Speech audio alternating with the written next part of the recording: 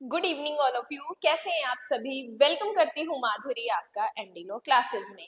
देखो, आज अपने इस क्लास में डिस्कस करने वाले हैं राजस्थान जुडिशियल सर्विस आरजेएस के सिलेबस को लेके। देखो, मैं आपको ये बताऊंगी कि पहले का सिलेबस कौन सा था प्लस अब कौन सा सिलेबस ऐड किया गया है। देखो, सिलेबस में मैं मानती हूँ मेजर चेंजेस किए गए हैं, लेकिन जितना ज्यादा सिलेबस होता है उतने ही हमसे ऊपर ऊपर से क्वेश्चन पूछे जाते हैं, डीप में से हमसे क्वेश्चन नहीं पूछे जाएंगे। छोटे छोटे एक्ट्स हैं जो आपको लग रहा है हिंदू लॉ बहुत बड़ा है, लेकिन उनके जो एक्ट्स आप देखोगे छोटे छोटे एक्ट्स हैं, इजीली समझ भी आते हैं और आराम से कवर भी हो जाते हैं। अब देखो, पहले मैं ये चीज बता देती हूँ, जो आरजेएस का एग्जाम होता है वो 3 स्टेजेस में होता है। आरजेएस का एग्जाम सुनते जाना, 3 स्टेजेस में होता है। एक होता है प्रीलिम्स का, एक होता है मेंस का और एक होता है इंटरव्यू का। इस प्री के एग्जाम में, जो प्री का एग्जाम है वो सिर्फ क्वालिफाइंग पेपर होता है, मतलब कि जो मेरिट बनती है वो मेंस और इंटरव्यू से ही बनती है। मतलब प्री के आपके कितने भी मार्क्स आते हैं, चाहे आपके 90 मार्क्स आते हैं चाहे पासिंग मार्क्स आते हैं, ये आपके मेंस में और इंटरव्यू के एग्जाम में नहीं जुड़ते। ये जो प्री का पेपर होता है ये अपना 100 मार्क्स का पेपर होता है, जिसमें 70 मार्क्स का वेटेज रहता है लॉ का और 30 मार्क्स का रहता है हिंदी का। बाकी जितनी भी आरजेएस वैकेंसी को लेके जितनी भी डिटेल्स है मैं पहले की वीडियो में डिस्कस कर चुकी हूँ। वो वीडियो आपने नहीं देखी है तो फटाफट वो वीडियो को देख लीजिए, सारे डाउट्स वहां से क्लियर हो जाएंगे। एज रिलैक्सेशन को लेके क्या क्राइटेरिया है, किस तरीके से एग्जाम होगा, कब से फॉर्म डेट होंगे, कितनी पोस्ट है, क्या फीस है, सारी चीजें मैंने वहां पे डिस्कस कर रखी है। अब यहाँ पे मैं आपको सिर्फ और सिर्फ सिलेबस के बारे में बता रही हूँ। कुछ स्टार्टिंग से, जब जो स्टूडेंट पहली बार आरजेएस को फिल कर रहा है तो ध्यान से सुनते जाना। आरजेएस का जो पेपर है प्री का वो 100 मार्क्स का होता है, 70 नंबर का लॉ रहता है, 30 नंबर का ग्रामर रहता है।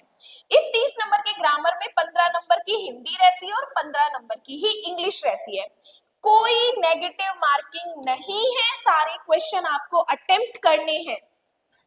अब ये 100 क्वेश्चन जो है, प्लस पॉइंट में ये बताती हूँ, इसमें जो लॉ का 70 नंबर का जो पेपर आएगा, 70 नंबर के क्वेश्चन आएंगे, सेम वही सिलेबस हमारा लॉ का मेंस का रहने वाला है। मतलब जो हम प्री के लिए पढ़ रहे हैं वही सिलेबस हमें मेंस के लिए भी पढ़ना है, सेम सिलेबस है, कोई चेंजेस नहीं है। 70 नंबर में इसमें क्रिमिनल लॉ भी है प्लस सिविल लॉ भी है। ठीक है, क्रिमिनल और सिविल लॉ के कौन से सब्जेक्ट्स हैं वो भी मैं भी आपको बताने वाली हूँ, वीडियो में एंड तक रहना। देन बात करते हैं, जो मेंस का पेपर होता है वो इंटरव्यू तो होता है 35 नंबर का, उसके बाद 100 नंबर का लॉ पेपर फर्स्ट होता है, 100 नंबर का लॉ पेपर सेकंड होता है, मतलब सिविल लॉ और क्रिमिनल लॉ, प्लस 50-50 नंबर के हमारे ऐसे राइटिंग होते हैं, हिंदी में ऐसे लिखने होते हैं और इंग्लिश में ऐसे लिखने होते हैं, 50 नंबर के और 50 नंबर के, 100, 200, 300 प्लस इंटरव्यू के 35 मार्क्स। मेंस में जो होते हैं 100 नंबर का एक सिविल लॉ का पेपर, 100 नंबर का क्रिमिनल लॉ का पेपर, 50 मार्क्स का हिंदी ऐसे और 50 मार्क्स का इंग्लिश ऐसे। ठीक है, ऐसे लिखने होते हैं हिंदी में और इंग्लिश में टॉपिक दिए जाते हैं, प्लस इंटरव्यू होता है अपना 35 मार्क्स का। 35 मार्क्स का इंटरव्यू होता है। ये लॉ पेपर फर्स्ट जो अपना होता है सिविल लॉ या क्रिमिनल लॉ, ये 3 घंटे का होता है। देन सिविल लॉ या क्रिमिनल लॉ 3 घंटे का होता है, हिंदी ऐसे 2 घंटे की और इंग्लिश ऐसे 2 घंटे की। इंटरव्यू का कोई टाइम डिसाइड नहीं है, कितनी देर भी इंटरव्यू आपका चल सकता है। अब बात करते हैं हम सिलेबस को लेके। पहले लॉ के सिलेबस पे बात करेंगे, देन अपने हिंदी और इंग्लिश पे भी बात करेंगे। देखो, सिलेबस में चेंजेस हैं, क्या क्या चेंजेस है वो देखना।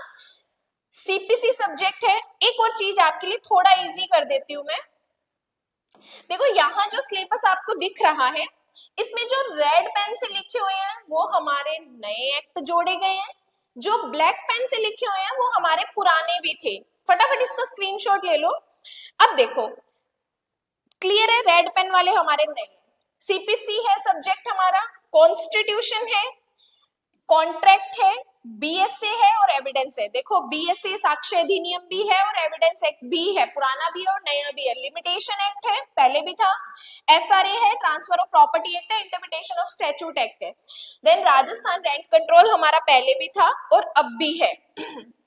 इसके बाद बात करते हैं नए कौन कौन से जोड़े हैं? हिंदू लॉ ऐड किया है, राजस्थान कोर्ट फीस एक्ट नया ऐड किया है, लैंड रेवेन्यू एक्ट ऐड किया है, पार्टनरशिप एक्ट ऐड किया है, sale of goods act add किया है, रजिस्ट्रेशन एक्ट और मुस्लिम लॉ। इतने सब्जेक्ट्स हमारे नए ऐड किए गए हैं। यहाँ पे एक बीएसए है, वो भी हमारा नया है ना, क्योंकि हमें ये चीज पता ही थी लॉ चेंज हुए हैं, तो ऑब्वियस सी बात है तीनों नए लॉज हमसे पूछेंगे। अब यहाँ पे ये हमारा देखो, ये टोटल जो मैंने आपको सब्जेक्ट बताए हैं ये सिविल लॉ के हैं।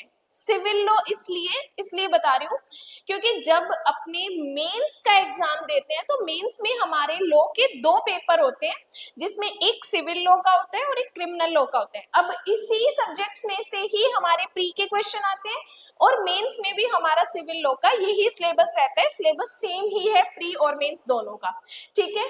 ये हमारे सिविल लॉज है। अब इसके बाद बात करते हैं क्रिमिनल लॉज की।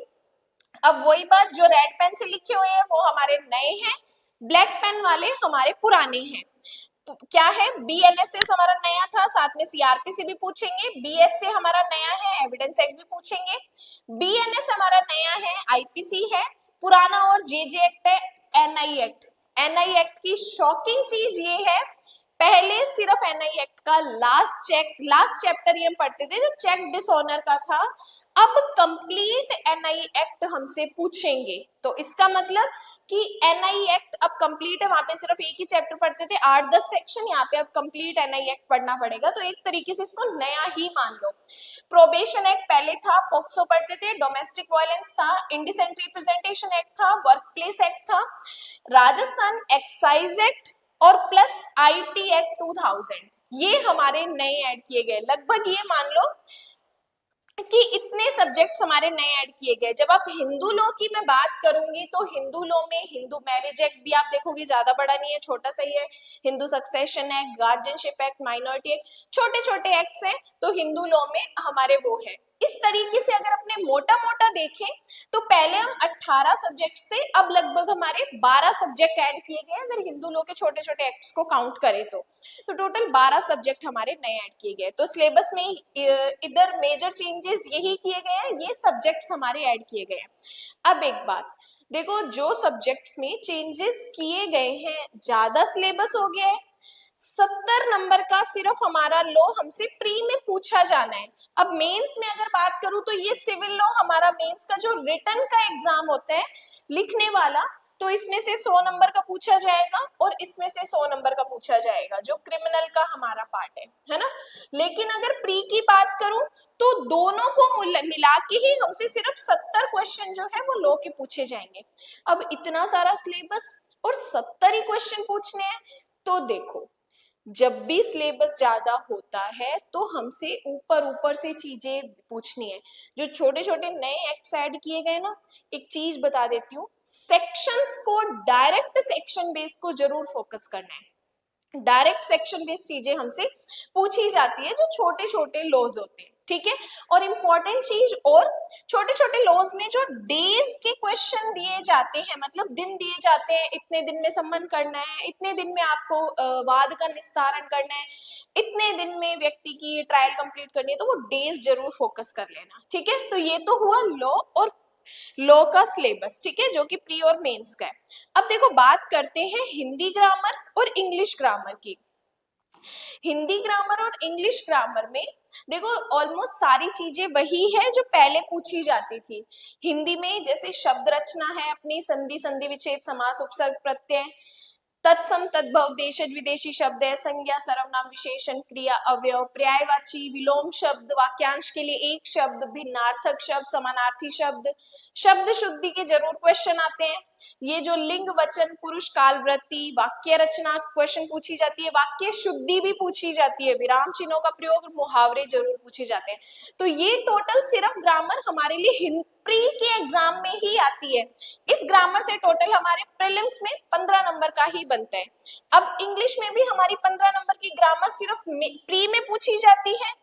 टेंस आते हैं, articles and determiners, phrasal verb, idioms जरूर आते हैं, एक्टिव एंड पैसिव वॉइस जरूर आते हैं, कोऑर्डिनेशन, सबऑर्डिनेशंस, डायरेक्ट इनडायरेक्ट जरूर आते हैं, मोडाल्स पूछे जाते हैं। मोडाल्स में भी हमें प्रॉपर ये दे दिए कि इनमें से ही पूछेंगे, जैसे आपको obligation, request, permission, condition, intention, इनके ही मॉडल्स को आपको फोकस करना है। एंटोनिम सिनोनिम सबसे पूछे जाने वाले हैं। एंटोनिम सिनोनिम्स का क्वेश्चन भी आपके लिए जरूर पूछा जाता है। तो ये 15 नंबर की टोटल हमारी क्या हो जाती है, इंग्लिश हो जाती है। तो 15-15 30 नंबर की ग्रामर और प्लस 70 नंबर की लॉ हमसे पूछी जाती है। तो ये टोटल चेंजेस जो है वो राजस्थान जुडिशियल सर्विस में किए गए हैं। लगभग पहले 18 करीब सब्जेक्ट थे, अब उसमें 12 और ऐड किए गए, लगभग 30 सब्जेक्ट्स अब हमें कवर करने। एक और चीज ध्यान से सुन लेना, ये जो कंप्लीट सिलेबस है, आप इस कंप्लीट सिलेबस को 1 मंथ में 2 बार रिवाइज कर सकते हो। यस, कर सकते हो, लेकिन ये तब जब आपने एक बार सिलेबस अपना कंप्लीट पढ़ चुका है। एक बार कंप्लीट सिलेबस पढ़ चुके हो, सारी चीजें पता है कि मेंस की कौन सी चीजें हैं, प्री की कौन सी चीजें हैं। देखो, जब अपने एमडीलो क्लासेस में पेड क्लासेस चलती है, लाइव सेशन चलते हैं, देन हर एक सेक्शन में ये चीज जरूर बताई जाती है कि ये प्री पॉइंट ऑफ व्यू का क्वेश्चन है, ये मेंस का है, या ये इंटरव्यू में भी पूछा जा सकता है। तो वो चीजें भी आपको उस टाइम पे बताई जाती है। अगर आपने पहले सिलेबस कर रखा है, देन उस सिलेबस को आप 1 मंथ में 2 बार रिवाइज कर सकते हो। अब इसका मतलब हमारे पास 1 महीना तो फॉर्म फिलिंग का टाइम है ही है, प्लस 1 महीना और एक्स्ट्रा मान लो 2 महीने अगर हमारे पास है, तो 2 महीने में हम 4 बार सिलेबस को रिवाइज कर सकते हैं। प्लस प्री के अगर आपके नोट्स प्रिपेयर हैं तो वेल एंड गुड, अगर नहीं है तो जो जो चीजें आप साथ के साथ पढ़ रहे हो उनको आपको कैसे नोट्स में लिखना है, साथ के साथ शॉर्ट चीजें लिखनी है। जरूरी नहीं है बहुत अच्छी हैंड राइटिंग करना, अभी हमारे पास टाइम बहुत कम है, सिर्फ आपको समझ आनी चाहिए, इस तरीके की हैंड राइटिंग आप लिख सकते हो। शॉर्ट नोट्स आप बनाओ ताकि जब आप एग्जाम में आपके 5-10 दिन पढ़े हो तो आप उनको रिवाइज कर सको। एग्जाम होने से 10 से 15 दिन पहले ओएमआर शीट को ले लीजिएगा, ओएमआर शीट को साथ में जरूर फिल कीजिएगा, क्योंकि हमारी प्रिपरेशन अच्छी होती है बट ओएमआर शीट फिल करने के चक्कर में एग्जाम में हमारी गलत हो जाती है, प्रैक्टिस नहीं करते तो वो बहुत मेजर डिप्रेशन हो जाता है हमारे लिए। इसलिए साथ के साथ ओएमआर शीट को भी फिल करना है। अब ये चीज जो मैंने आपको बताई है कि 1 महीने में 2 बार हम प्रीलिम्स का सिलेबस कैसे रिवाइज कर सकते हैं, ये बताने की ड्यूटी मेरी है। यस, अगर आप एमडीलो क्लासेस के मेंबर हो, आपने मेंबरशिप ज्वाइन कर रखी है, तो बहुत जल्दी एक सेशन आने वाला है जिसमें आपको कंप्लीट प्रीलिम्स की स्ट्रेटजी कैसे फॉलो करनी है, प्रीलिम्स में आपको किस तरीके से पढ़ना है, वो चीजें मैं आपको बताऊंगी। कैसे 1 महीने के अंदर आप 2 बार अपने सिलेबस को कवर कर सकते हो, वो मैं आपको बताने वाली हूँ। तो अगर आप एमडीलो क्लासेस के मेंबर नहीं हो तो फटाफट मेंबरशिप ज्वाइन कर लो। कोई भी मेंबरशिप ज्वाइन करोगे उसमें आपको ये चीजें मिलने वाली है। तो फटाफट एमडीलो क्लासेस को अगर सब्सक्राइब नहीं किया तो सब्सक्राइब करो, मेंबरशिप ज्वाइन नहीं किया तो फटाफट ज्वाइन करो। मैं आपको ये बिल्कुल नहीं कह रही हूँ कि आप एमडीलो क्लासेस की अभी आप बैचेस ज्वाइन करो, मैं फास्ट रिवीजन करवाने वाली हूँ, बिल्कुल भी नहीं। क्योंकि 2 महीने के अंदर, 1 महीने के अंदर अगर आप 0 से स्टार्ट कर रहे हो तो एक बार के लिए कवर नहीं होगा, क्योंकि क्लासेस हमेशा, प्रिपरेशन हमेशा थोड़े टाइम पहले, 1 साल कम से कम आपको प्रिपरेशन में लगता है। मैं ये बिल्कुल नहीं कह रही हूँ कि आप फास्ट रिवीजन ज्वाइन करो और आपका हो जाएगा। देखो, टाइम लगता है, सिलेबस अब वाइड कर दिया है तो कम से कम प्रिपरेशन में 1 साल लगता है। ये जो मैं चीज आपको बता रही हूँ, ये उन स्टूडेंट्स के लिए बता रही हूँ जिन्होंने पहले एक बार अपना सिलेबस कवर कर चुके हैं, जिनको पता है कि प्री के क्वेश्चंस कौन से आने वाले हैं, मेंस के कौन से आने वाले हैं, इंटरव्यू में क्या पूछा जाता है। ये ज्यादा उन स्टूडेंट्स को हेल्प करने वाली है। तो फटाफट मेंबरशिप ज्वाइन करो, देन बहुत जल्दी ये सेशन आपके लिए आने वाला है। बाकी आज के लिए धन्यवाद।